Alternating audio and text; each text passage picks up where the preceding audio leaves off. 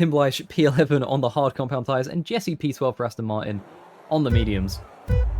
As we have 3, 4, 5 red lights here at Portimao.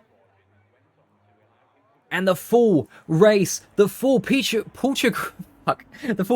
Grand Prix is underway. Melvin has a good launch from the start. Jurgen slots into P2. Heiner and Hugo battle into turn 1. Hugo looks a bit compromised, and Gyro's going to try it round the outside of the Ferrari driver.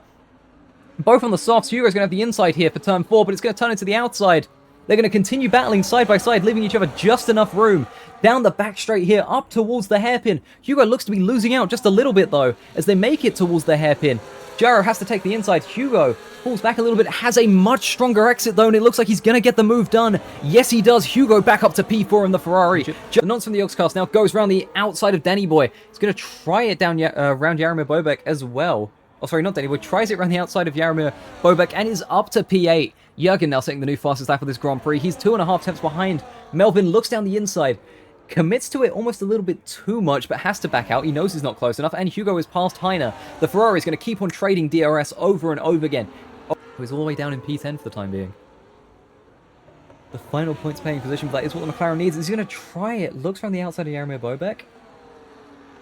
On the mediums, one of the few drivers to start on the mediums, is going to be a huge disadvantage at the start of this race, but he gets past Jaromir once more. And Tim has left the session. And what an overtake from the McLaren driver there. Good bit of racing there, and we're going to see a good amount of that, as the game has put Tim back on track, and Hugo has slotted all the way down to P5 there. Has he had a moment? Not impossible, because the gap to Ricciardo's remained about the same. So it looks like that might have been what happened, but Heiner now has the DRS and is ahead into the hairpin. As we see a lock up a little bit further ahead, Jurgen into the lead of this race, Melvin P2. Yeah, indeed, he has just barely missed out on it. His teammate is going to have DRS, though. The slipstream is going to allow Hugo to catch ahead. Gyro doesn't have DRS. The Ferraris are going to swap positions. They're going to keep on working together, keep on ploughing forward here. As Hugo, unfortunately, is round. And what was a brilliant position for Ferrari, P4 and P5, is now P4 and P9. He's going to have to work hard to try and bring himself back into this race. He said he was struggling at this track, said that he just doesn't... The track just doesn't gel with him. It doesn't click. He struggles on the traction, and it looks like that's come back to bite him. Heiner now in a battle of his own with the Mercedes driver ahead. Tyre pressures in this game, but with full tyre pressures, it would do him wonders. As Gyro manages to catch up. No, it doesn't manage to catch up. Sorry, Jurgen's made a mistake. He's fallen back to P3, and Gyro's up to P2. Because Heiner now has DRS, and he's chasing down Jurgen. But he's also chasing down Gyro, who's not going to have DRS here.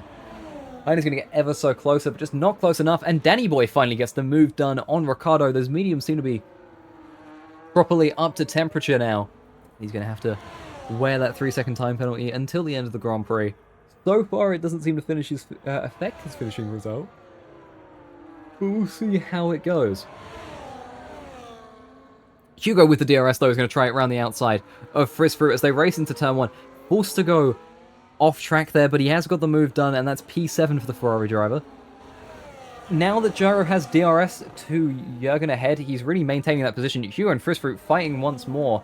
Frisfruit having the DRS allows him to close that gap, but does not get close enough to try and go for it. And we're going to see it here, Gyro falling back almost 9 tenths. Heiner is going to have a much stronger slipstream, and Gyro's going to go into the pits to stretch his tyre life a little bit more. Is Melvin here in the Red Bull? 7.8 second buffer to the car behind, to Jurgen behind. So he can stay out on those softs really as long as he wants, but he's decided, no, I want off of these softs, and he's into the pits. Anyone else into the pits? Looks like Jurgen also following that strategy. Maybe these guys know something we don't. Hugo also mirroring the strategy, in fact, seems to think that these mediums will do him better than the softs. We'll find out. Jaromir now also into the pits. A lot of people deciding to pit early. So far, it's looking like the race is going to go towards the reigning champion Melvin, and Heiner now into the pits. Goes 2 laps longer than the drivers around him. 1 lap longer than Jurgen. It's going to be a race up towards the line. Getting closer and closer. Can Heiner get on the throttle in time? He's just a little bit, just loses out just a little bit. 6 tenths down, 8 tenths down. Almost, in fact, no, he is going to be out of DRS, unfortunately. And we'll see if the track continues to ramp up, and it looks like it did, with Jurgen now up to taking the new fastest lap, a 1:19.075. But Gyro there, with DRS, up to P4 from the Mercedes driver. absolutely heartbroken over. Now within 1.8 seconds of Danny Boy ahead. Gyro getting past the nonce from the Yogscast. The nonce from the Yogscast just tumbling back positions. These much older mediums slowly gets on the throttle up to gear 5, gear 6 here.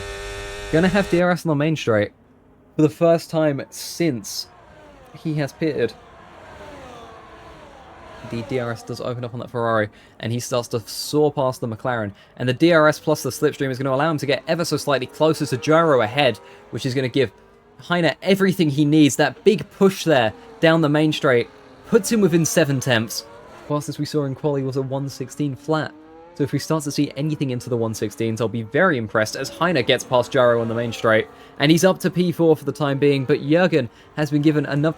Oh, and it's a 3-second It's a 3-second track limits penalty for Heiner. Just swings it too wide between 1 and 2. Jürgen could very easily pick up a 3-second time penalty, and now Gyro, up to P4, gets past Heiner, but also that 3-second could slot him past this year. Now, Danny Boy into the pits. 17 laps remaining on those mediums. Hello, Hammerbeef. Good to see you in chat. P4. Danny Boy onto the hards. Now, that's bold. Once from the Yogscast go. True and real. He stretched those mediums quite long. It's looking like... what subject? Today would have been my final maths paper. Thinking that... I'm just... I don't know why you do medium hard. Proud of you, Louis. Thank you, thank you. Okay, well, I'm sorry, Danny Boy. I think I just caught you resetting to track, and I think it's going to be a 10-second time penalty. Which might put you vulnerable to Yaramir. Unfortunate there.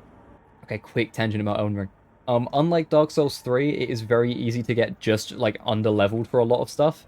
Hugo here going for the overtake on Ricardo. He's up into P6. Let's go! The Hugo finds P6. He is basically P5 because the nonce from the Yogscast is going to have to pit soon. Interesting. It says that the nonce from the Yogscast finally decides to come to the pits. He's hopefully going to come to the softs and not the hards. Indeed, he has. Chose to come onto the soft compound tyre. Now these softs are going to be quite strong to the end of this Grand Prix. Danny Boy choosing to go onto the hards, very confusing to me. Watch the Ross Brawn, like the Brawn GP documentary with Keanu Reeves, because that documentary is great. Heiner up to P2. Jürgen has made a mistake, unfortunately, and he's down into P4. Or, if they're not doing that, Fuel for Fans, I think you'll see it on Sky Sports because they advertise that quite often as well, is another one where you can get the hats, and when you sign up you get like a 30% discount code, and I used that and I got like a bunch of Ferrari merch for 30% off when Leclerc won Monaco. Oh my god, Jürgen has wing damage. Oh my gosh, Hugo's up to P4. Jürgen's going to be coming out behind Ricardo. Jürgen might very well. He's going to have fresh mediums. He's going to come out P6. How could a man forget Mr. Worldwide? As Frizzfruit here, much worse tyres, but he's going to have the DRS, he's going to have the slipstream, and he has the run. He goes for the move on Jürgen, and Jürgen is now down in P7. Jürgen's going to have the much stronger tyres, but he has a huge time penalty. I think it's like 3 seconds. Actually, have a quick look. Yeah, he has a 3-second time penalty. Frizzfruit also collects a 3-second time penalty there, but he might be able to get that one removed. I think that was because of wheel-to-wheel racing. Yeah. Oh, and that's a huge dive into the F124 signboards. Keeps the car on track. That's mostly just because this game has incredible... with the way you want to run the setup in this game, it's not at all accurate to real life, but you'll have full tire pressures, so the highest they can be, and it makes the tires essentially rocks, so they take forever to get heat into them, but they barely wear. So you'll have, like, when you come out on the mediums, you'll have a good 4 or 5 laps where you can't really get the most out of the tires yet. But once the heat's in those tires, you will be going that pace consistently for a while. Yeah, you're right. Melvin also complained about tire warm-up and then just kind of stayed high on those tires. How the hell has that happened? Aaron Bobek is a ghost, so I can't see. But Nonce from the Yogscast has unfortunately retired from the session. Danny Boy P8, Frizzfruit P7 for Stake. Mr. did finish new fastest lap. Gonna try and steal some points there. Game lagged. Oh, that's unfortunate. Ripped to a real one. Love to see Ricardo in the top 5. Look, we'd love to see Ricardo on track, let alone in the top 5. But, oh god, it's final lap, and Melvin has crossed the line to win the Portuguese Grand Prix. I've missed both of his the times he's crossed the line. I'm really sorry, Melvin. You're going to come back and watch this stream and hate me. I apologize, Melvin. But Heiner's going to cross the line in P2 for Ferrari, and a spectacular race from Heiner.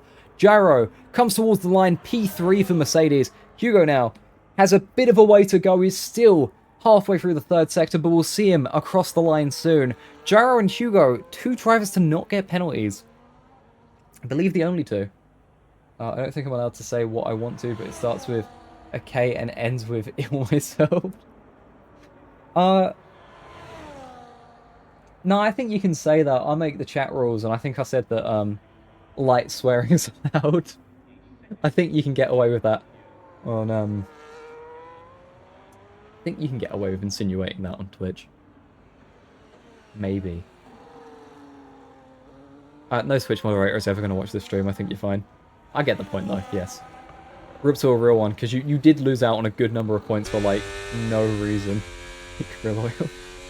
Jurgen crosses the line, taking P6. Frizz for P7. P8 for Danny Boy. P9 for Jaromir Bobek. And the game gives Hugo driver of the day.